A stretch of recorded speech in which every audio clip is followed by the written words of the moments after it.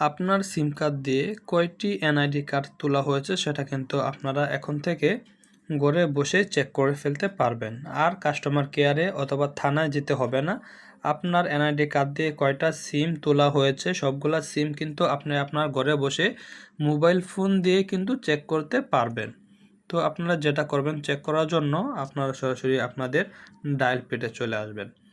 Dial পেডে আসার পর এখান থেকে ডায়াল করে নেবেন *1600, তারপর 1 দিয়ে আপনারা ডায়াল করে দিবেন। তো এখান থেকে ডায়াল করে দেওয়ার পর আপনারা যেই সিমের নাম্বারটা দেখতে চান সেই সিমটা হচ্ছে আপনারা ক্লিক করে দিবেন। এখান থেকে আপনারা যে কোনো একটা সিম সিলেক্ট করলে অবশ্য হয়ে যাবে। তো এখান থেকে আমি রবি সিমটা দিয়ে দিলাম। দিয়ে দেওয়ার পর আপনাদের একটু লোডিং হবে। তারপর কি করবেন, এখান থেকে আপনার এনআইডি কার্ডের লাস্ট 4টা ডিজিট দিয়ে দিবেন। এখানে বলা হচ্ছে to know your biometric registration number, dial last 4 digit of your NID other ID and send. এখানে হচ্ছে আপনার এনআইডি কার্ডের 4টা সংখ্যা এখান থেকে দিয়ে দিবেন। লাস্ট যে 4টা সংখ্যা রয়েছে সেই সংখ্যাগুলো এখান থেকে দিয়ে দিবেন।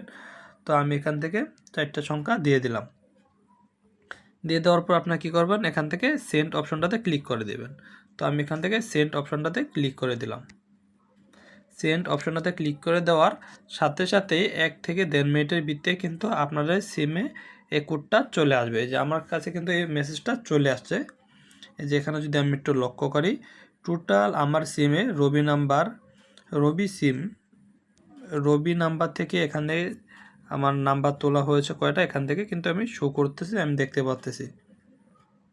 যে এখান থেকে যদি আমি একটু লক্ষ্য করি, যে এখানে রবি নাম্বার একটা দেখা যাচ্ছে, তারপর এখানে আরেকটা রবি নাম্বার দেখা যাচ্ছে, তারপর এখানে আরেকটা এয়ারটেল নাম্বার দেখা যাচ্ছে।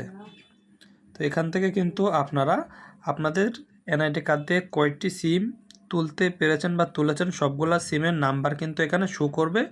এখান থেকে যদি কোনো নাম্বার আপনার অপরিচিত মনে হয় তাহলে কিন্তু আপনারা বুঝতে পারবেন আপনার এনআইডি কার্ড দিয়ে অন্য কেউ নাম্বার বা সিম রেজিস্ট্রেশন বা তুলে রেখেছে। তো বন্ধুরা, ভিডিওটা ভালো লাগলে অবশ্যই চ্যানেলটা সাবস্ক্রাইব করে দেবেন এবং পাশে থাকা বেল আইকনটা অন করে দিবেন।